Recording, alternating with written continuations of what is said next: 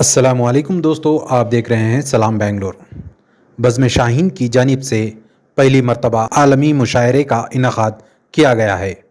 19 مارچ 2023 بروز اتوار بزم شاہین کے تحت ایک ہی دن 2 مشاعرے ہوں گے۔ اس سلسلے میں بزم شاہین کے صدر الحاج بابا نے پریس کانفرنس کرتے ہوئے تفصیلات فراہم کی ہیں۔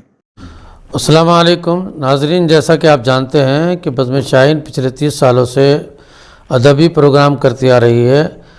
جو آنے والے شعراء ہوتے ہیں ان کے اعزاز میں جو پروگرام کیے جاتے ہیں وہ شمار ہم نہیں کرتے ہیں، بلکہ جو بڑے پیمانے پر پروگرام ہوتے ہیں ان کا شمار کیا جاتا ہے۔ یہ اعداد کے اعتبار سے نہیں بلکہ لوگوں کو یاد رہنے کے لیے کہ ہم اتنے پروگرام کر چکے ہیں۔ اب تک جو ہے 42 پروگرام ہو چکے ہیں، 43واں ہے۔ اب اتفاق کی بات دیکھیے کہ 43 اور 44 دونوں ایک ہی دن ہو رہے ہیں، کیونکہ گورنمنٹ کی گائیڈ لائنس ہیں اور ہمارے لوگوں کی تعداد کثرت سے ہونے کی وجہ سے یہ پروگرام ہم نے 2 جگہ ڈیوائیڈ کیا ہے۔ ایک پروگرام جو ہے ہمارا چامراج پیٹ کے آر کے پیلس میں ہوگا جو 1 بجے سے 5 بجے تک ہوگا۔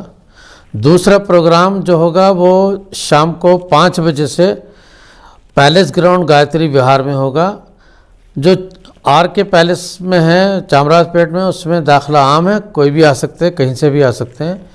گایتری وہار کا جو پروگرام ہے اس کے لیے خاص پاس کا انتظام کیا ہے، جس کے پاس دعوت نامہ ہوگا ان کو وہاں پر انٹری ملے گی۔ تو دوستو بات یہ ہے کہ یہ پروگرام تو ہو رہے ہیں، اور آپ جیسا کہ معلوم ہے کہ بزم شاہین جو ہے وہ آل انڈیا پیمانے پر کام کرتی ہے۔ پچھلے 1.5-2 مہینے پہلے تمام اسٹیٹوں کی جو کمیٹیاں تھیں وہ تحلیل کر دی گئی تھی۔ اب جو ہے وہ نئے سرے سے ہم اس چیز کو کمیٹیوں کو تشکیل دے رہے ہیں۔ ابھی پچھلے مہینے حیدرآباد کے جناب مرزا امتیاز بیگ صاحب کو تلنگانہ اسٹیٹ کا صدر نامزد کیا ہے۔ وہ تمام ویڈیو اخبارات میں تمام رپورٹ آپ لوگوں تک پہنچ چکی ہے۔ آج آپ لوگوں کے لیے خوشخبری یہ ہے کہ کیرلا اسٹیٹ جہاں اردو نہ کے برابر ہے، الحمدللہ آج ہم نے ہمارے پی عبد الرحمن صاحب جو کیلیکٹ کے رہنے والے ہیں ان کو کیرلا اسٹیٹ کا پریزیڈنٹ نامزد کیا ہے۔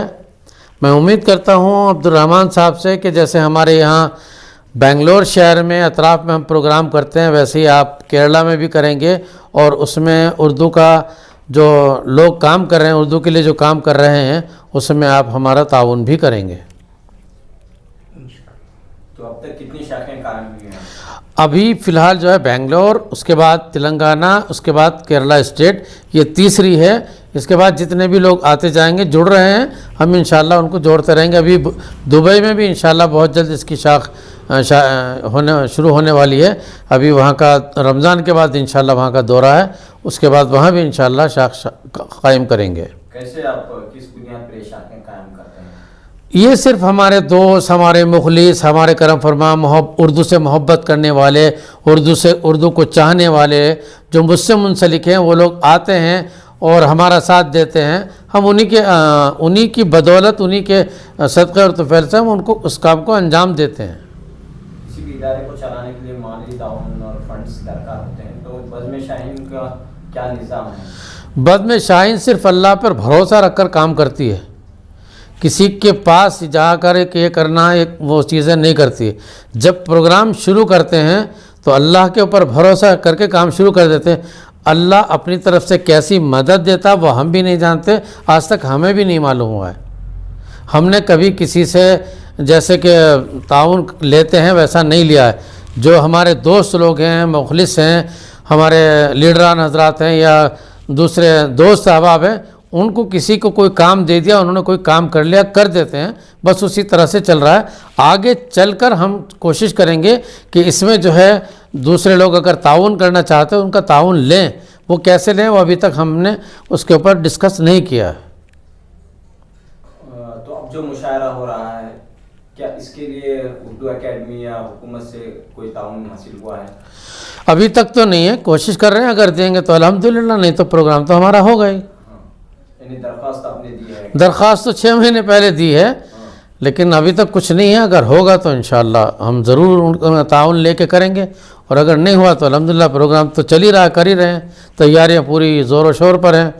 جو یہ عالمی پروگرام جو ہے ہم نے کیا ہے، اس میں دوحہ قطر سے ہیں، نیپال سے ہیں، دبئی سے ہیں، معاف کرنا، بامبے سے ہیں، لکھنؤ سے ہیں، دلی سے ہیں، تمام اسٹیٹ سے آ رہے ہیں لوگ. جیسا کہ حضرت بابا جی صاحب نے یہاں بتایا گیا کہ یہاں 19 تاریخ کو یہاں ایک بہت بڑا مشاعرہ قومی سطح پر یا بین الاقوامی سطح پر ہونے والا ہے. انشاءاللہ ہم بھی شرکت کرنا چاہتے ہیں. اور انہوں نے جو بتایا کیرلا کے حالات کے بارے میں، آپ جانتے ہوں گے کیرلا جیسے کہ کہا گیا ہے وہاں اردو اپنے ہماری مادری زبان تو نہیں ہے، پھر بھی اردو کے محبان سینکڑوں نہیں ہزاروں ہیں. وہاں جو پروگرام ہوتے ہیں، خاص کر وہاں کے اردو کے پروموٹرز، اساتذہ اردو جن کی تعداد 1800 ہوتا ہے، اور ان کے جو پروگرام ہر سال میں ہوا کرتا ہے.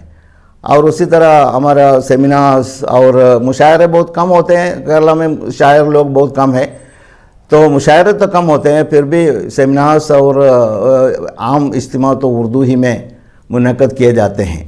اور اس کے ساتھ اس سے بڑھ کر یہ ہے، ہر سال میں جو ایشیا کا بڑا یوتھ فیسٹیول کہا جاتا ہے، اسکولوں کے درمیان، اسکول کے اور ہر ڈسٹرکٹ کے جو جہاں سے جیتے ہوئے یہ بچے آتے ہیں، اسکول کے طلباء آتے ہیں، اور ان کے اردو میں 8 اس میں مقابلے ہوتے ہیں.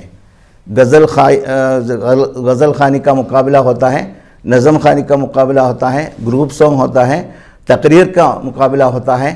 اس میں بہت زیادہ بچے شریک ہوتے ہیں، طلباء شریک ہوتے ہیں.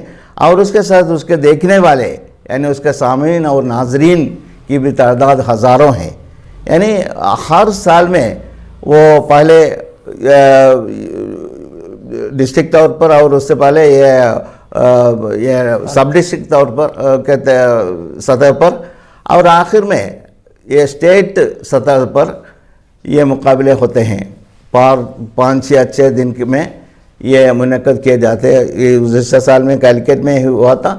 اور میرا مطلب یہ ہے اردو کے محبان جو بھی پروگرام ہے اس میں بہت شرکت کرتے ہیں. اور ہم لوگ تو یہ عالمی طور پر ہونے والے مشاعروں کو یوٹیوب میں یا فیس بک میں بھی ہم ضرور اس کا یہ لائیو پروگرام سنتے ہیں اور بہت اس میں شوقین بھی ہے. حالانکہ یہ بات تو ٹھیک ہے، ہماری مادری زبان تو اردو نہیں ہے. اس کا پرابلم آپ وہاں اس کے لیے میں بھی یہ 12 سال کے بعد یعنی پری ڈگری کے بعد اردو کا الف ب ت سے پڑھا تھا. اور اسی طرح وہاں بھی آج کل 5ویں جماعت سے شروع ہوتا ہے اور تقریباً 2000 اسکولوں میں اردو کی پڑھائی ہوتی ہے. اور اعلیٰ تعلیم کے طور پر کالجوں میں بھی ڈگری کے طور پر اور پی جی کے طور پر اور ڈاکٹریٹ لینے کے لیے بھی وہاں سہولتیں ہوتی ہیں. اور بی ایڈ اور ڈی ایل ایڈ کا بھی وہاں سہولتیں ہیں. ہمارے لیے ایک خواہش ہے اس طرح کا ایک بہت بڑا مشاعرہ بین الاقوامی یا کم از کم قومی سطح پر وہاں رکھا جائے. اور یہ بزم شاہین اس کے لیے تیار ہو گئے ہیں اور ہمارے لیے بہت خوشی کی بات ہے. انشاءاللہ ہم رمضان کے بعد اس کے لیے وہ منعقد کرنے کے لیے سوچیں گے. اور ایک شاندار کیلیکٹ میں یا ملبار میں کہیں ملپور میں یا کہیں ہم منعقد کریں گے. اور اس کے لیے ہر ممکن تعاون آپ لوگوں کو دینا چاہیے. خاص کر ہمارے ریاست قریبی ریاست کرناٹک ہے اردو محبان سے ہم درخواست کرتے ہیں کیرلا میں اس کے شاخ بنانے کے بعد ایک اچھا پروگرام ادھر منعقد کیا جائے. السلام علیکم. میں ابھی جب بنگلور آیا 30 سال پہلے کی بات ہے تو سب سے پہلے مشاعرے کا شوق جو تھا اس کی تسکین مجھے